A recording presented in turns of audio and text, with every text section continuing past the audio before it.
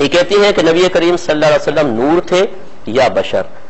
دیکھیں نبی کریم صلی اللہ علیہ وسلم کی یہ حدیث ہے، مصنف عبد الرزاق میں موجود ہے، یہ بہت بڑے عالم ہے اور سیاہ ستہ کے مصنفین میں سے بعض کے استاد بھی ہیں بہت بڑے. انہوں نے یہ حدیث نقل کی ہے، نبی کریم صلی اللہ علیہ وسلم نے ارشاد فرمایا کہ اللہ تبارک و تعالی نے سب سے پہلے تمہارے نبی کے نور کو پیدا فرمایا.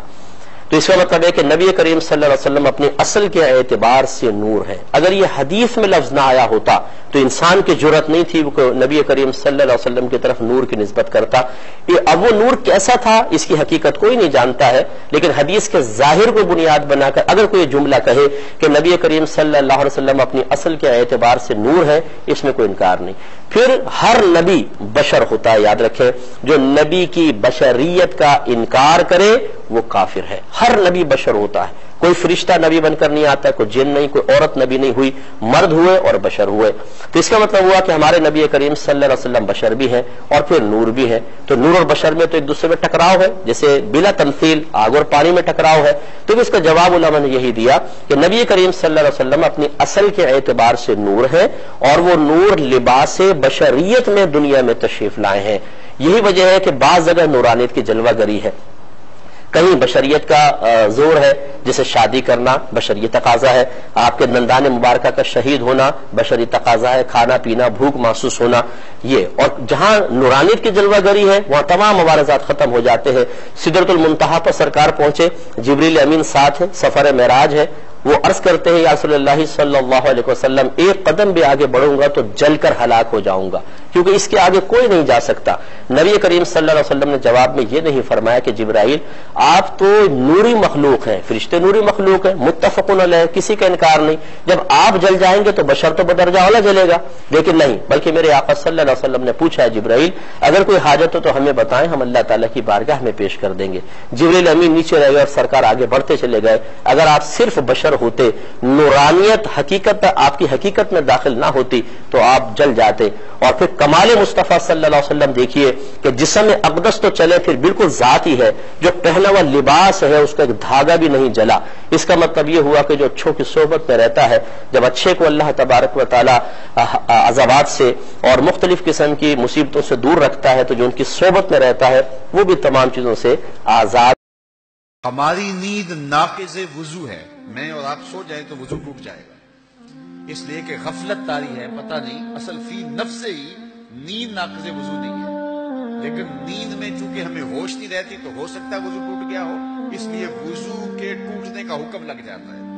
تو نیند فی نفس ہی اگرچہ ناقض وضو نہیں، لیکن نیند وہ حالت طاری کر دیتی ہے کہ ہمیں اپنی خبر نہیں ہوتی، لہذا ناقض وضو کرا. لیکن نبیوں کی نیند ناقض وضو نہیں ہے. حضور سوتے ہیں تو آنکھیں سوتی ہیں حضور کی، حضور کا دل نہیں سوتا. اس لیے فرمایا تنام عینایا ولا ینام قلبی، میری آنکھیں سوتی ہیں میرا دل جاگ رہا ہوتا ہے. اور لمحہ لمحہ دیدار الہی میں حضور کے قلب اطہر میں کیفیات کا نزول ہو رہا ہوتا ہے. حضور کا قلب اطہر جو ہے وہ نکالا گیا اور پھر اس کے بعد حضور کے سینے میں رکھ دیا گیا، اور اس کے بعد جو ہے وہ سینہ اطہر جو شق کیا گیا تھا اس کو جوڑ دیا گیا. اور حضور یہ سب کچھ اپنی آنکھوں سے دیکھ رہے ہیں، اور اتنا کچھ ہوا خون کا ایک قطرہ بھی نہیں تھا. یہ حضور کی نورانیت کا غلبہ تھا. حضور بشر بھی ہیں، حضور نور بھی ہیں، یہ بات ذہن میں رکھیں. حضور بشر بھی ہیں، حضور نور بھی. چونکہ نور اور بشر میں منافات نہیں ہے، نور کی ضد بشریت نہیں ہے، نور کی ضد ظلمت ہے. یہ بچہ بچہ جاتا ہے. نور کا مقابل جو ہے، نور کی جو ضد ہے وہ ظلمت ہے، اندھیرا ہے. نور کی ضد بشریت نہیں ہے. یہ شیشہ ہے، یہ لوہا ہے، یہ نہیں ہو سکتا کیونکہ یہ آپس میں ضدیں ہیں. یہ شیشہ ہے، یہ مہنگا ہے، یہ شفاف ہے، یہ خوبصورت ہے، یہ سب کچھ ہو سکتا ہے. چونکہ اس کا شفاف ہونا یہ منافات نہیں ہے، مہنگا ہونا منافات نہیں ہے. تو نور بھی ہو بشر بھی ہو یہ منافات نہیں ہے. قرآن اٹھائیے، جب جبریل امین حاضر خدمت ہوتے ہیں حضرت مریم کے پاس تو قرآن بتاتا نا فَتَمَثَّلَ لَهَا بَشَرًا سَوِيًّا، مکمل بشر بن کے آئے. تو بشر بھی ہو نور بھی ہو اور ایک ذات میں دونوں کا اجتماع ہو ممکن ہے. نور کی ضد ظلمت ہے، نور کی ضد بشریت نہیں ہے. اور حضور بشر بھی ہیں،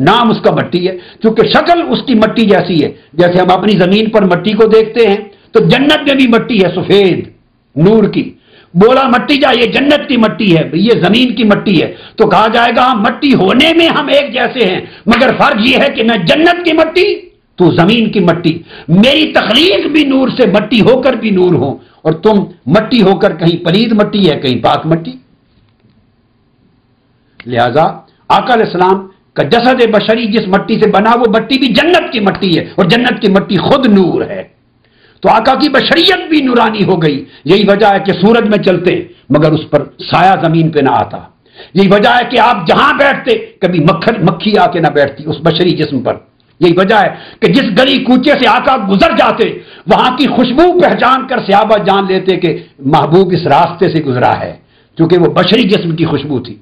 لعاب دہن اگر حضرت علی کی دکھتی ہوئی آنکھ میں لگا دیتے تو آنکھ شفا یاب ہو جاتی، گری ہوئی آنکھ جو زخم سے نیچے گر گئی تھی نیزے کی نوک سے، نیزے سے، اس کو دوبارہ لگا دیتے لعاب دہن سے، وہ شفا یاب ہو جاتی۔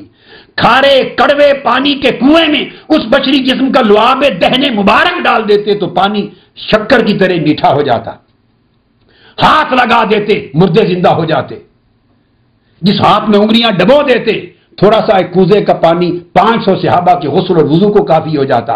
ہاں یہ بشری جسم تھا، اسی بشریت کا، بشر مثلکم، اس کے برکات کا عالم یہ، ان کے فیوزات کا عالم یہ، ان کی کرامات کا عالم یہ، تو مثلکم کا معنی سمجھنا چاہیے کہ مصریت کا اطلاق کس شے پر ہے۔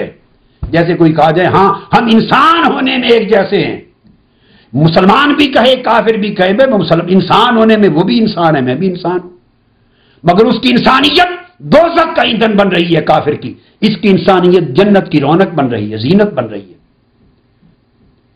مومن اور فاسق بھی کہے ہاں انسان ہونے میں ایک جیسے ہیں، ولی اور ایک بدکار بھی کہے انسان ہونے میں ایک جیسے ہیں، نبی اور غیر نبی کہے، ایک طرف نبی اور رسول ہے انسان، ایک طرف کافر کھڑا ہے، ہاں بھی بشر ہونے انسان ہونے میں ایک جیسے ہیں، تو یہ وہ نسبت ہے، مگر اس کا قطعی اطلاق مرتبہ کے ساتھ، شان کے ساتھ، حال کے ساتھ، مقام کے ساتھ، حیات کے ساتھ، کیفیت کے ساتھ کبھی اس کا اطلاق نہیں ہو سکتا۔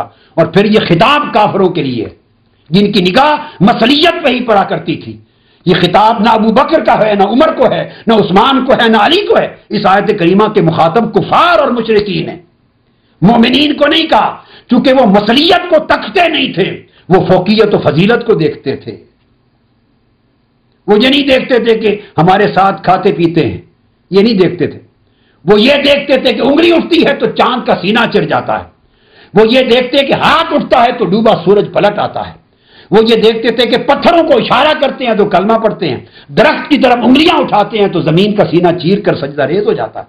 ان کی نگاہ ان چیزوں کو دیکھتی تھی، ابو جہل اور ابو لہب کی نگاہ ان مصلیت کی باتوں کو دیکھتی تھی۔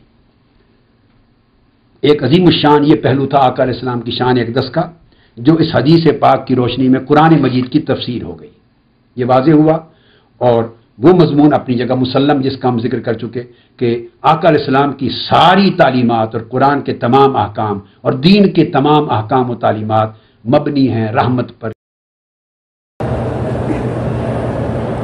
کہتے جی کہ حضور نور ہیں یا بشر ہیں، 1400 سال ہو گئے ابھی تمہیں پتہ نہیں لگا؟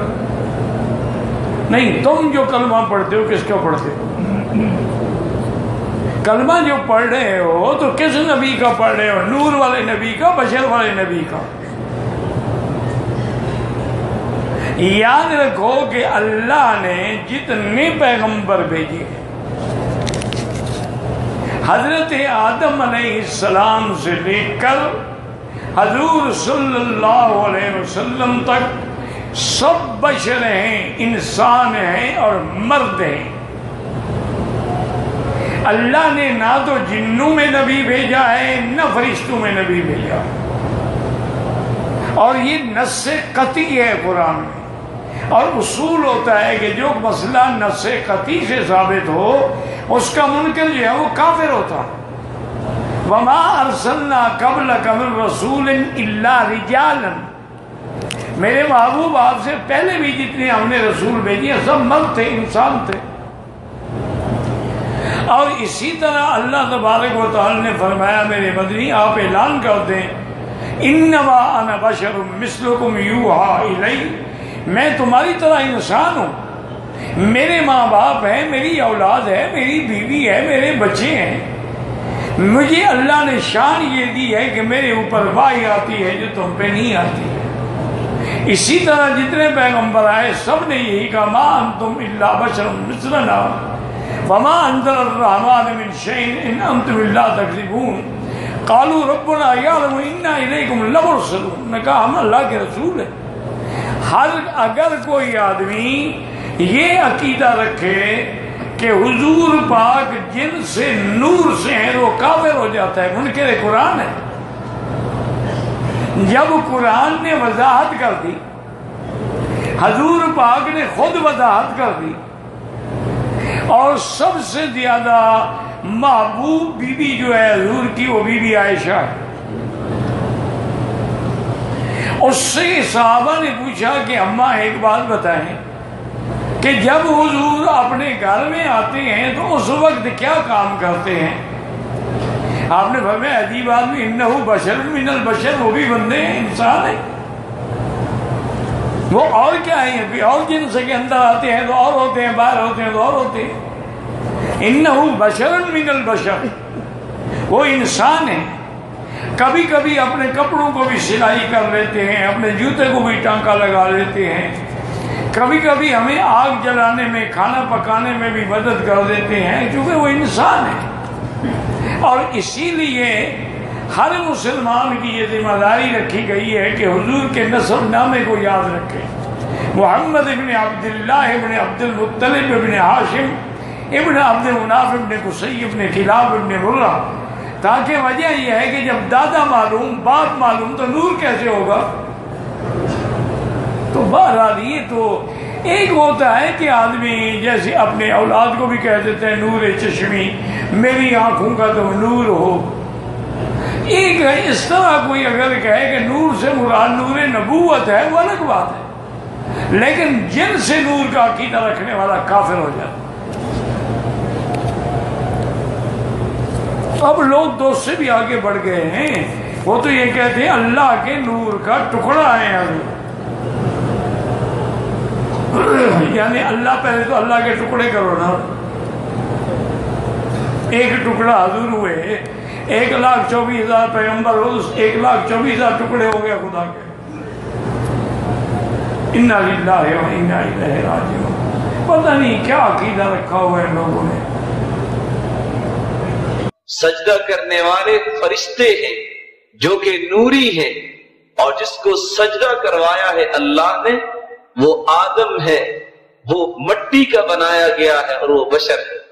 معلوم یہ ہوا آدم کے بیٹے محمد الرسول اللہ صلی اللہ علیہ وسلم ہیں، اور تمام انبیاء کے سردار ہیں، وہ بشر ہیں، اور ان کو بشر کہنا ہی ان کی عزت ہے، کیونکہ جو سجدہ کرتا ہے، جس کو سجدہ کیا گیا ہے، افضل وہ ہوا نا۔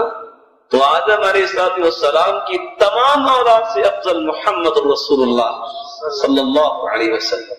اور قرآن بھی کہتا ہے وَإِن كُنتُمْ فِي رَيْبٍ مِّمَّا نَزَّلْنَا عَلَىٰ عَبْدِ عَلَىٰ نُورِنَا، نہیں کہا اگر تمہیں شک ہے جو ہم نے اپنے بندے پہ نازل کیا، سبحان الذی اسری بعبدہ، نوری ہی نہیں کہا کہ ہمارا بندہ نور ہے، فرمایا وہ ہمارا بندہ ہے، بشر۔ اور اللہ جل شانہ تو علام الغیوب ہے، اللہ کی حکمت، اللہ تعالیٰ نے جو تقدیر لکھوائی تھی قلم سے، پتا تھا اللہ کو کہ کل ایسی قوم آنے والی ہے جو میرے پیارے پیغمبر محمد رسول اللہ صلی اللہ علیہ وسلم جو آدم کے بیٹے ہیں اس کو لوگ نور کہیں گے، اور یہ غلطی ہوگی ان کی، اس لیے نبی کی زبان اقدس سے کہلوایا قل، آپ بھی فرما دیجئے انما انا بشر، میں بشر ہوں۔ کیسا بشر؟ ہمارے جیسا، مثلکم، لوگوں کو کہوں کہ تمہارے جیسے بشر ہوں، لیکن فرق کیا ہے؟ یوحی الیہ، میری طرف وحی کی جاتی ہے، تمہاری طرف وحی نہیں کی جاتی۔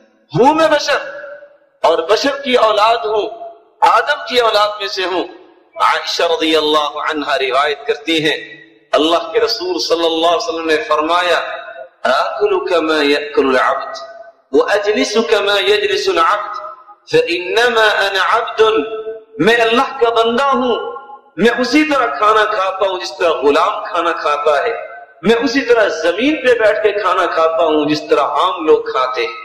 اللہ کے رسول صلی اللہ علیہ وسلم پوری کائنات سے افضل ہیں، لیکن ہیں وہ بشر، اگر ہم ان کو نور کہیں گے تو ہوگا کیا؟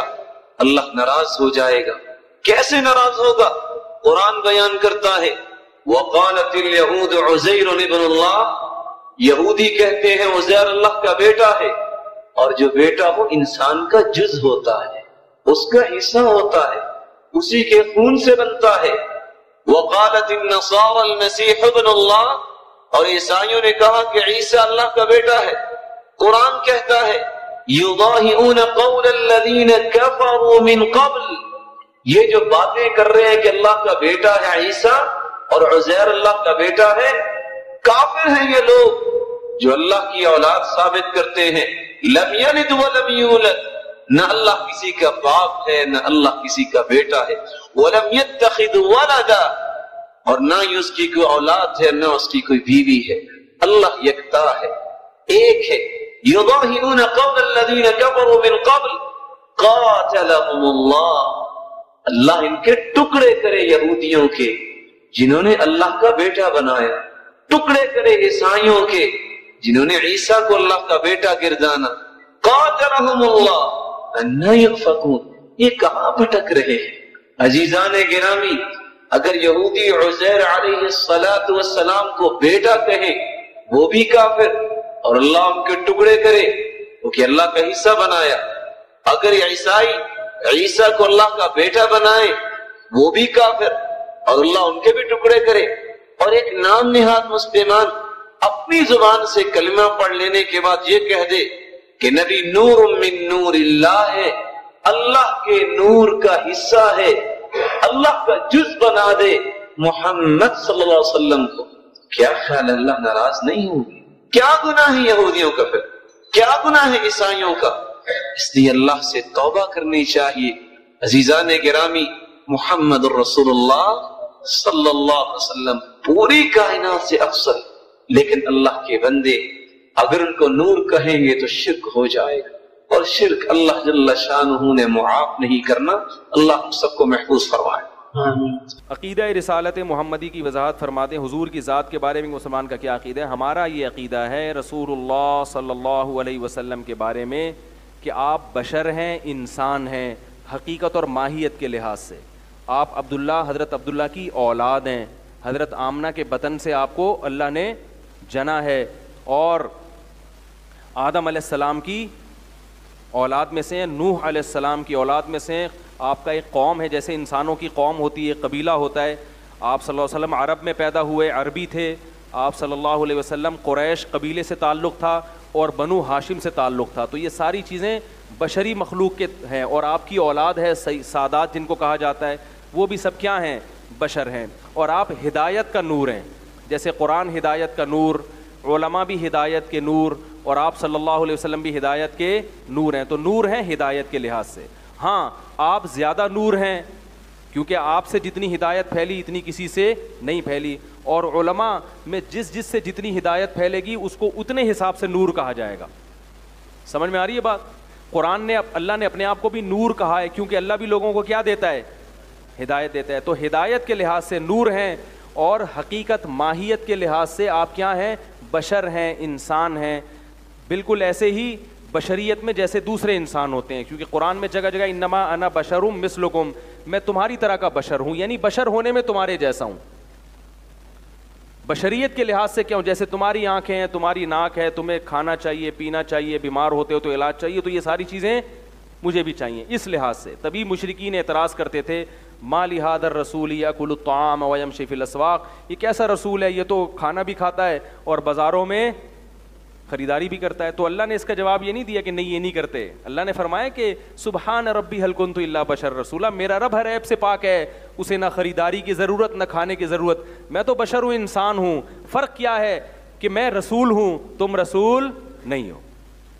تو یہ ہمارا نظریہ. ہاں آپ صلی اللہ علیہ وسلم انسانوں میں تمام انسانوں سے افضل ہیں, بلکہ اللہ کی مخلوق میں تمام مخلوق سے افضل ہیں, فرشتوں سے بھی, جنات سے بھی. جتنی ذی روح مخلوق اللہ نے اس کائنات میں پیدا کی ہے, اس تمام مخلوق سے سب سے بڑا مقام اللہ نے کس کو دیا؟ محمد صلی اللہ علیہ وسلم کو. تبھی شاعر نے کہا نا, بعد از خدا بزرگ توئی قصہ مختصر. کیسا پیارا شعر ہے. اس نے کہا کیا نبی کی شان میں الفاظ کہوں, الفاظ میرے پاس نہیں ہیں. تو بعد از خدا بزرگ توئی, اللہ کے بعد سب سے بڑا درجہ کس کا ہے؟ تیرا ہے. لیکن یاد رکھو, اللہ تعالیٰ کی ذات اور صفات میں آپ صلی اللہ علیہ وسلم شریک نہیں ہیں. اللہ کی جو ذات ہے وہ مختار کل ہے, مشکل کشا ہے, حاجت روا ہے. اور انسان کوئی بھی ہو, پیغمبر ہو یا پیغمبر کے علاوہ بھی, اللہ فرماتے ہیں انتم الفقراء الی اللہ, سب کے سب اللہ کے در کے محتاج ہو. اور اللہ نے کلی اختیارات کسی کو بھی نہیں دیے, نہ جزوی نہ کلی. اسباب سے ہٹ کے جو اختیارات ہوتے ہیں, اسباب والے اختیارات اللہ نے انسانوں کو بھی دیے ہیں, جنات کو بھی دیے ہیں, فرشتوں کو بھی دیے ہیں, پیغمبروں کو بھی دیے ہیں. اسباب والے اختیار یعنی کسی لاجک کے تحت کوئی کام کرنا, بغیر سبب کے اللہ نے کوئی, یہ تو قرآن میں جگہ جگہ اللہ نے بیان کیا. اس موضوع کو لے کے چلوں گا تو بات لمبی ہو جائے گی. یہ ہے عقیدہ توحید اور یہی ہمارا عقیدہ ہے. پھر یہ بھی ہمارا عقیدہ ہے کہ آپ صلی اللہ علیہ وسلم پر دنیاوی لحاظ سے موت واقع ہو چکی ہے, کیونکہ آپ بشر ہیں. اور ما جعلنا لبشر من قبلک الخلد, اللہ فرماتے ہیں کسی انسان کو ہم نے ہمیشہ کے لیے پیدا نہیں کیا. تو آپ نے بھی مرنا ہے اور انہوں نے بھی مرنا ہے. قرآن میں صاف ہے انک میت, اے نبی آپ نے بھی میت ہونا ہے, وانہم میتون, اور ان سب نے مرنا ہے, سب نے میت ہونا ہے. یہی وجہ ہے کہ آپ صلی اللہ علیہ وسلم پر موت واقع ہوئی, آپ کو غسل دیا گیا باقاعدہ, اور آپ کا جنازہ اس لیے نہیں پڑھا گیا. بعض علماء نے یہ مصلحت بیان کی ہے کہ نبی کے لیے دعائے مغفرت جائز نہیں ہے, کیونکہ نبی کے لیے کبھی نہیں اللہ نبی کی مغفرت کر دی, یہ توہین ہے. اس لیے اللہم صلی علی محمد خصوصی رحمت نازل کر. تو جنازہ کی جو نماز ہے وہ کس لیے ہوتی ہے؟ مغفرت کے لیے. تو نبی کا جنازہ نہیں بلکہ صلاۃ و سلام پڑھا گیا ہے نبی پر, صحابہ کرام نے. ہاں یہ ضرور ہے کہ موت واقع ہوئی تبھی آپ صلی اللہ علیہ وسلم کی بیویوں نے عدت گزاری ہے. عدت تو جب ہی ہوتی ہے نا جب شوہر کا انتقال ہو جائے, عدت بھی گزاری ہے آپ صلی اللہ علیہ وسلم کی زوجات نے. اور عدت کے بعد جو ان کو کسی اور نکاح سے اجازت نہیں دی وہ نبی کے احترام کی وجہ سے, کیونکہ اللہ نے اس بات کو پسند نہیں کیا کہ نبی کی بیوی عدت کے بعد بھی کسی سے نکاح کریں, کسی اور کے نکاح میں جائیں, وہ آپ صلی اللہ علیہ وسلم کے احترام کی وجہ سے. ہاں نبی صلی اللہ علیہ وسلم پر دنیاوی لحاظ سے موت واقع ہوئی, مگر اللہ تعالیٰ نے آپ کو قبر میں خاص قسم کی حیات دی ہے جو عام لوگوں کو نہیں ملتی, وہ شہداء کو بھی نہیں ملتی, بلکہ شہداء کی زندگی سے بھی بڑھ کر ایک خاص نوعیت کی زندگی دی ہے. اور اس زندگی کی وجہ سے آپ صلی اللہ علیہ وسلم کی روح مبارک کا آپ کے جسد اطہر سے جو تعلق ہے وہ عام لوگوں کی نسبت بہت قوی ہے. نہیں آ رہی بات سمجھ میں؟ ہر میت کا نا کی روح کا جسم سے کچھ نہ کچھ تعلق ہوتا ہے, لیکن آپ صلی اللہ علیہ وسلم کی جو روح مبارک ہے اس کا جسد اطہر سے بہت قوی اور گہرا تعلق ہے. اس تعلق کی وجہ سے آپ صلی اللہ علیہ وسلم کو قبر میں زندہ کہا جاتا ہے. بات آ رہی ہے سمجھ میں؟ تو یہ برزخی حیات ہے مگر بہت طاقتور حیات ہے. یہ اس معنی میں نبی کو کیا کہا جاتا ہے کہ آپ صلی اللہ علیہ وسلم قبر میں زندہ ہیں. سمجھ میں آ رہی بات؟ کیونکہ یہ عام مردوں کی طرح نہیں ہے بلکہ بہت طاقتور حیات آپ صلی اللہ علیہ وسلم کو دی ہے. کیونکہ جب شہداء کو ملتی ہے وہ حیات, تبھی تو قرآن نے کہا ان کو مردہ گمان بھی مت کرو. تو جب وہ شہداء کو ملتی ہے تو انبیاء کا مقام شہداء سے بڑھ کر ہے. سمجھ میں آ رہی ہے بات؟ تو یہ اہل سنت والجماعت کا عقیدہ ہے جو معتدل ہے. یہ کہنا کہ نبی صلی اللہ علیہ وسلم کی روح مبارک کا اس جسم سے کوئی تعلق نہیں ہے, یہ غلط ہے. یہ اہل سنت والجماعت کا نظریہ بولو بھائی نہیں ہے. اس سے متعلق ایک سوال ہے کہ سورہ المائدہ کی آیت نمبر 15 اور سورہ الاحزاب کی آیت نمبر 46 کے تحت بھی, اور یہ جو بھی آپ نے حدیث بیان کی اسی کی روشنی میں, نبی علیہ السلام کو نور کہہ سکتے ہیں؟ درست؟ ہاں, سورۃ المائدہ کی آیت نمبر 15 جو ہے نا یہ بڑی مشہور ہے. قد جاءکم من اللہ نور و کتاب مبین, بے شک تمہارے پاس آ گیا اللہ کی طرف سے ایک نور اور ایک روشن کتاب. اب یہ جو آیت ہے نا اس کی تفسیر جو پہلی اہل سنت کی تفسیر ہے تفسیر طبری ابن جریر کی, المتوفا 310 ہجری. ابن کثیر نے تو سارا چھاپا مارا ہے ان سے, اصل میں ابن جریر کی ہے. ابن کثیر تو بہت بعد میں ہے نا, 774 ہجری میں, یہ 310 ہجری میں ہے. امام بخاری امام مسلم کے ہم اثر ہیں. انہوں نے تفسیر ابن جریر, جسے تفسیر تبری بھی کہتے ہیں, اس میں اسی آیت کے کانٹیکسٹ میں لکھا ہے کہ اس نور سے مراد نبی صلی اللہ علیہ وآلہ وسلم ہے. ابن شریف تھانوی صاحب بھی مانتے ہیں, لیکن وہ ایک لال داڑھی والا بیٹھا ہوا ہے کعبے کے اندر, ایک لال رومال والا ہے, ایک لال داڑھی والا بھی ہے, ٹھیک ہے نا. اس کے میں نے کئی بار لیکچر دیکھے تو وہ پورے لیکچر اس کے نا بریلویوں کے, شیعہ کے اور اہل حدیث کے خلاف ہوتے ہیں, کیونکہ وہ دیوبندی ہے, وہ بس عربیوں نے اس سے پناہ دی ہوئی ہے وہاں پہ, وہ اپنی مرضی کا دین لوگوں کو بتا رہا ہوتا ہے. اس کو مشہور کرنے کی ضرورت نہیں ہے زیادہ. تو وہ یہ آیت پڑھ کے کہہ رہا تھا, دیکھیں جی اس آیت کی تعریف کرتے ہیں بریلوی, اس میں تو قرآن کو نور کہا گیا ہے. یہ بریلویوں نے تعریف کی ہوئی ہے, یہ ان بزرگوں نے کی ہے جو جن کے قدموں کی خاک بھی نہیں ہے آپ, ٹھیک ہے نا, وہ اہل سنت کے امام ہیں. تو آپ تھوڑا علم بھی حاصل کریں نا, اپنے فرقے سے باہر نکلیں نا, اور جب آپ اس کنویں سے باہر نکلیں گے بات بہت بڑی دنیا ہے, آپ پہلے علم سیکھیں پھر اس طرح کی باتیں کیا کریں. اور سورۃ الاحزاب کی جو آیت ہے وہ تو بڑی مشہور ہے, انا ارسلناک شاہدا ومبشرا ونذیرا وداعیا الی اللہ باذنہ وسراجا منیرا. آپ ایسے نور ہیں, ایسے سورج ہیں جو لوگوں کو بھی چمکا دیتا ہے, نور ہدایت ہے. امام بخاری کی کتاب صحیح بخاری بھی نور ہدایت ہے, مسلم بھی نور ہدایت ہے, صحابہ کے اقوال بھی نور ہدایت ہیں, قرآن تو نور ہدایت ہے, نبی علیہ السلام بھی نور ہدایت ہے. سپیشیز والا معاملہ الگ ہے, سپیشیز آپ کی انسان ہی ہے, لیکن عام انسان نہیں. بخاری مسلم میں آتا ہے آپ علیہ السلام 2 آنکھوں سے پیچھے بھی دیکھ لیتے تھے, ہمیں تو نہیں پیچھے نظر آتا. بخاری مسلم میں آتا ہے آپ نے کسوف کی نماز پڑھائی, سورج گرہن کی, یوں ہاتھ بلند کیا, صحابہ نے کہا یا رسول اللہ کیا یہ نماز کا حصہ بن گیا؟ فرمایا نہیں, میں نے جنت دیکھی, آپ تو یہاں سے سامنے نہیں دیکھ سکتے, اور میں نے وہاں پہ ایک جنت میں انگوروں کا گوشہ دیکھا, میں نے ارادہ کیا اسے توڑ لوں, آپ کا ہاتھ تو یہاں تک نہیں پہنچتا, نبی کا ہاتھ کہاں تک پہنچتا ہے؟ بخاری مسلم ہے, یہ کوئی یہ جعلی کتاب نہیں ہے. پھر میں نے ترک کر دیا کہ اللہ نے جنت کی نعمتوں میں پردہ رکھا ہے, وہ پردہ ہی رہے. پھر بخاری مسلم میں آتا ہے آپ علیہ السلام کی انگلیوں سے پانی کے چشمے جاری ہوئے ایک پیالے میں, تو 1500 صحابہ نے پانی وضو کیا, جانوروں کو پلایا, سٹور کیا. اور جابر بن عبداللہ کہتے ہیں 1 لاکھ بھی ہوتے نا تو پانی زیادہ تھا, ٹھیک ہو گیا. پھر پسینہ مبارک بخاری مسلم میں آتا ہے کہ عطر کے طور پہ صحابہ استعمال کرتے تھے, وضو کا نیچے نہیں گرنے دیتے تھے پانی, جس کو نہیں ملتا تھا دوسرے سے مل کے اپنے جسم پہ ملتے تھے. پھر مسلم شریف میں آتا ہے کہ آپ علیہ السلام کا کرتا مبارک جب اسما بنت ابی بکر نے نکالا آپ کی وفات کے بعد, کہا کہ یہ حضور پہنتے تھے, ہم اس کا دھون مریضوں کو پلاتے ہیں, ٹھیک ہے. صحیح بخاری میں ام سلمہ نے حضور کا ایک بال نکالا اور کہا کہ یہ بال مبارک آپ صلی اللہ علیہ وسلم کا ہے, ہم اس کو مریضوں اور نظر بد والوں کے علاج کے لیے اس کا دھون پلاتے ہیں. تو نبی علیہ السلام سپیشیز ہونے میں انسان ہے, مرتبے میں نہیں ہے.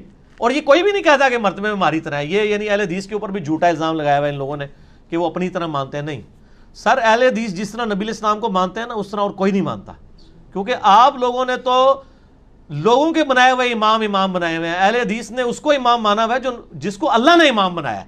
ما ضل صاحبکم وما غوی. اہل حدیث کی آپ کے بزرگوں سے کوئی دشمنی نہیں ہے, وہ جو کچھ کہتے ہیں نبی علیہ السلام کی محبت میں کہتے ہیں. آپ ذرا ان کے قریب ہوں, آپ کو پتہ چلے گا کہ اہل حدیث نے نبی علیہ السلام کو صحیح مانا ہے, باقی تو صرف نام کے ہی مان رہے ہیں, ٹھیک ہو گیا نا جی. تو یہ اس طرح کے جھوٹے الزامات نہیں لگانے کہ وہ اپنی طرح کا بشر مانتے ہیں, ایسا نہیں ہے. وہ سپیشیز کی بات کرتے ہیں, تو سپیشیز تو ہے نا بشر, اس سے کون انکاری ہے؟ جو نبی علیہ السلام کی بشریت کا انکار کرے وہ تو کافر ہے. اور یہ وہ ڈاکٹر طارق قادری صاحب کا ایک وہ چڑھایا ہوا ہے جی مناظرہ, جب وہ 9th کلاس کے اسٹوڈنٹ تھے, تو میرا اس پہ جواب بھی چڑھا ہوا ہے, ٹھیک ہے, وہ آپ جواب دیکھ لیجیے, ٹھیک ہو گیا. تو روشن دلائل پیغمبر لے کے آئے. تو پھر ہمیشہ کافروں کی روش کیا ہوئی؟ فقالوا ابشر یہدوننا, کیا انسان ہمیں ہدایت دیں گے؟ فکفروا, تو انہوں نے کفر کر دیا. وتولوا, اور منہ پھیر لیا. واستغنى اللہ, تو اللہ بھی بے نیاز ہے. پھر دفع ہوتے ہیں تو دفع ہو جائیں. واللہ غنی حمید, اللہ تعالیٰ بے نیاز ہے اور الحمید ہے, اپنی ذات میں خود ستودہ صفات ہے. اللہ کی کوئی تعریف کرے یا نہ کرے اس کو ضرورت ہی نہیں ہے, وہ اپنی ذات میں خود ستودہ صفات ہے, وہ محتاج نہیں کسی کی تعریف کا. یہ بڑی امپورٹنٹ آیت ہے کہ کافروں نے اس بنیاد پہ پیغمبروں کا انکار کیا کہ انسان ہمیں ہدایت دیں گے. سورۃ الانعام میں, باقی صورتوں میں, سورہ بنی اسرائیل کے اندر ڈیٹیل کے ساتھ آتا ہے. یعنی کافر کہتے تھے کہ فرشتہ کوئی نازل ہونا آسمان سے, وہ ہمیں بتائے. پھر اللہ تعالیٰ نے سورہ بنی اسرائیل میں فرمایا کہ اگر زمین کے اوپر فرشتے آباد ہوتے تو اللہ تعالیٰ فرشتوں میں کوئی پیغمبر بناتا. اب انسان ہے تو انسانوں میں سے پیغمبر آئے گا. اور میں آپ کو وثوق سے کہتا ہوں اگر کوئی فرشتہ پیغمبر مان کے آتا نا تو انہوں نے کہنا تھا یہ فرشتے کے پیغمبر ہونے کا ہمیں کیا فائدہ ہے, اس کو کیا پتا کہ جب غم ہوتا ہے تو آنکھوں میں آنسو کیا آتے ہیں, جب بھوک لگی ہوئی ہو تو انسان اپنا دین کیوں چھوڑ دیتا ہے, اس کو تو بھوک بھی نہیں لگتی. وہی گل آٹا گوندنے ہلدی کیوں ہے, یعنی لیم ایکسکیوز ہی تو بندہ ڈیوائز کر دیتا ہے نا, آٹا گوندنے کے لیے ہلنا تو پڑے گا نا. تو آئیڈیل تو ماڈل یہی تھا کہ انسان ہی رول ماڈل بنتے, اسی لیے انسانوں میں اللہ تعالیٰ نے پیغمبروں کو بھیجا. تو اللہ تعالیٰ فرماتا ہے یہ ان کا ایک بہانہ ہوتا تھا کہ ایک انسان ہے یہ ہمیں ہدایت دے گا, فکفروا تو انکار کر دیتے تھے.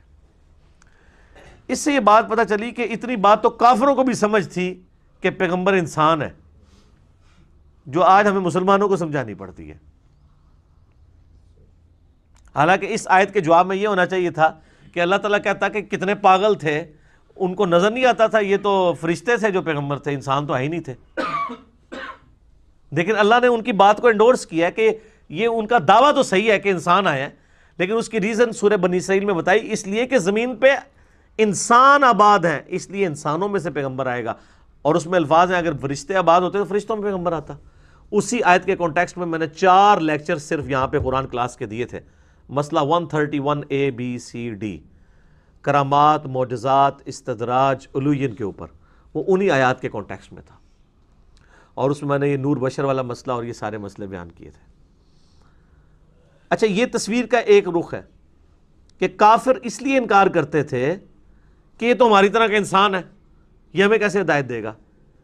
اور اس تصویر کا ایک دوسرا رخ ہے کہ مسلمان جو کہ پیغمبروں کے ماننے والے ہیں انہوں نے بھی پھر بشریت کا انکار کر دیا. انہوں نے کہا اس نے تو ہمیں ہدایت دی ہے, یہ تو اللہ کا بڑا پہنچا ہوا ہے, یہ انسان کیسے ہو سکتا ہے.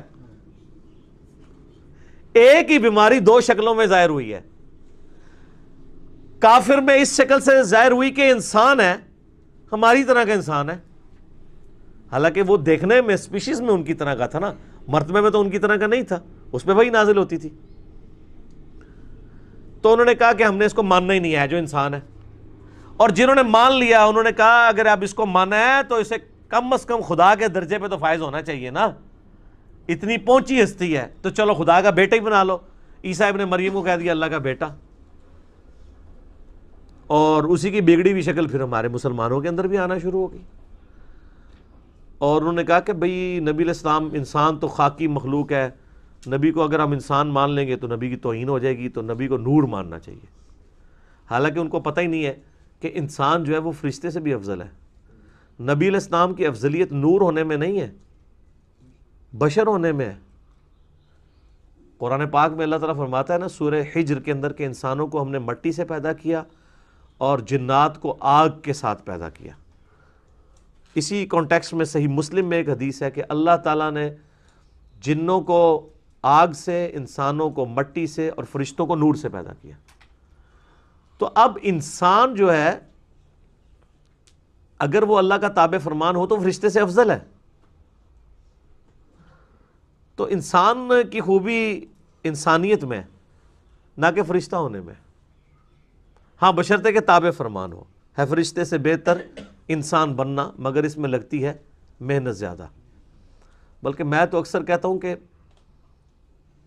انسان کے پاس تو وہ دولت ہے جو حضرت جبرائیل علیہ السلام کے پاس بھی نہیں ہے. جبرائیل علیہ السلام نے اگر اللہ کو مانا ہے نا تو اس لیے کہ ان میں انکار کی گنجائش ہی کوئی نہیں ہے. ان کے پاس ماننے کے سوا کوئی چارہ تھا؟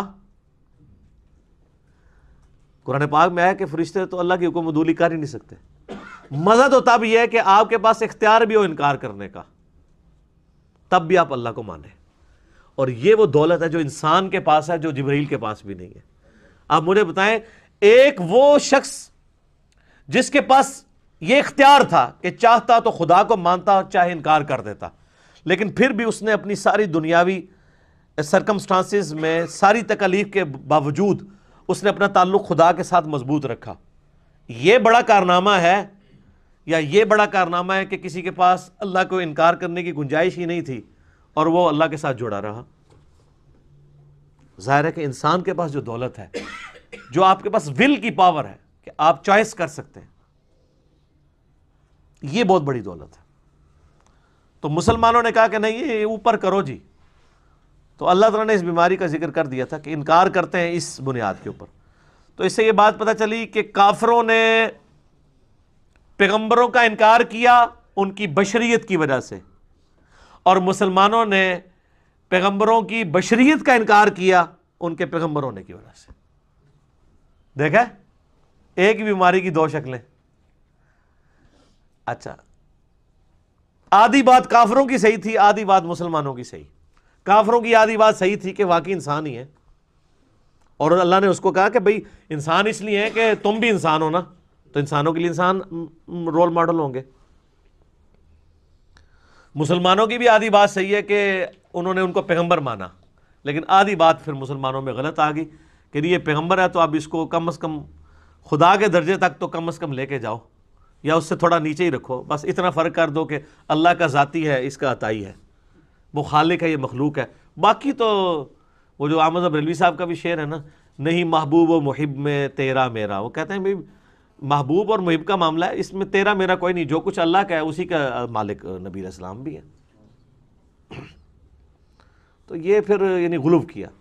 اور صحیح بخاری میں کتاب الانبیاء چیپٹر میں حدیث موجود ہے، نبی علیہ السلام نے فرمایا دیکھنا میری شان کو اس طرح بلند نہ کرنا جس طرح نصارہ یعنی عیسائیوں نے اپنے وقت کے پیغمبر عیسیٰ علیہ السلام کو شان میں بڑھا دیا تھا. میں اللہ کا بندہ اور اس کا رسول ہوں، مجھے اللہ کا بندہ اور اس کا رسول ہی کہنا.